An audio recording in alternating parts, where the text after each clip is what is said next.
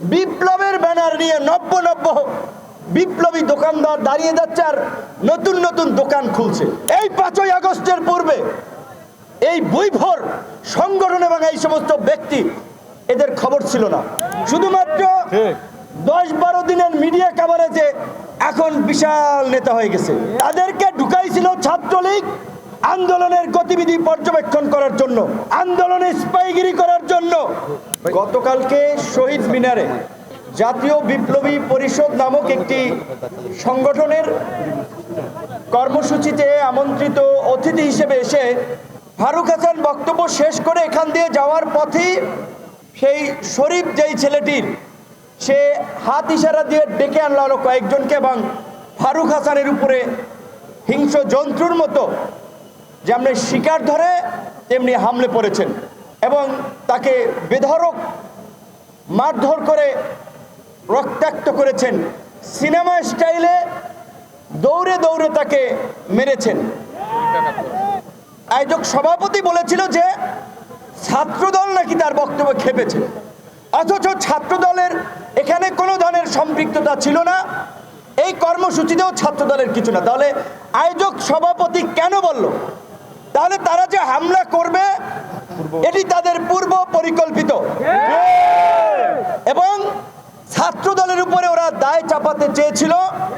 ফারুক হাসান শুরুর দিকে যাচাই বাছাই না করতে পেরে হয়তো ভেবেছিল যে ওরা যেহেতু আয়োজক ওরা বলেছে এটা বোধহয় সত্য, কিন্তু পরবর্তীতে দেখা গেল ছাত্রদলের কোনো সম্পৃক্ততা নেই।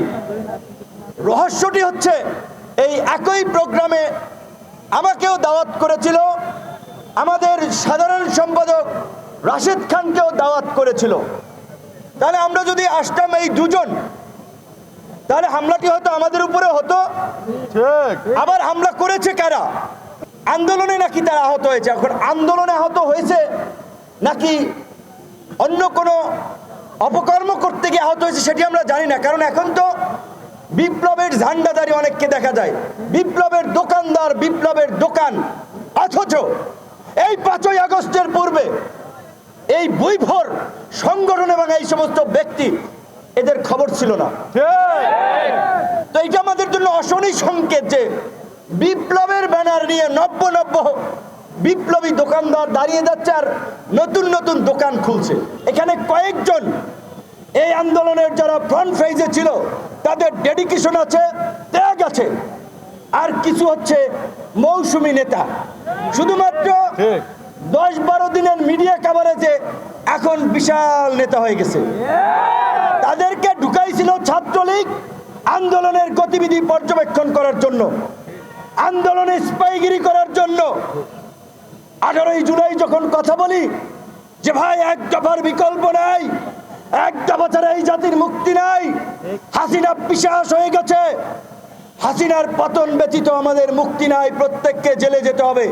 তখন বলে ভাই আমরা তো এক দফার জন্য আন্দোলন করি নাই, এটা কি উচিত হবে?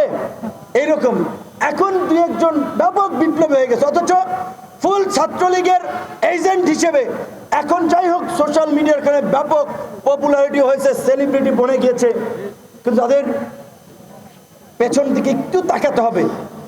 হঠাৎ করে চরিত্র বদল করলেই বদল হয়ে যায় না।